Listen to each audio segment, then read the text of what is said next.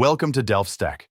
In today's video, I'll show you how to fix error code 0 in Valorant using a few simple Windows settings. If the game is not launching properly or keeps showing the error, this method can help solve the issue quickly. First, open the Windows settings on your PC. Once the settings window opens, go to Privacy and Security. After that, click on Windows Security. Now select Virus and Threat Protection.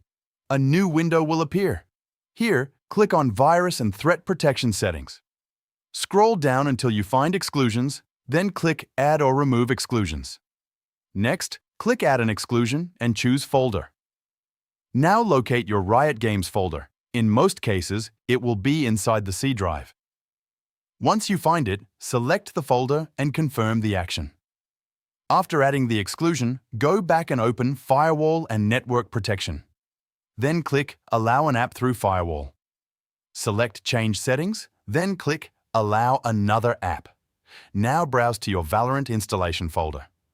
Open Riot Games, then Valorant, Live, Shooter Game, Binaries, Win64, and select Valorant Win64 Shipping. Add it and make sure both public and private boxes are checked. Click OK and relaunch Valorant. Thanks for watching.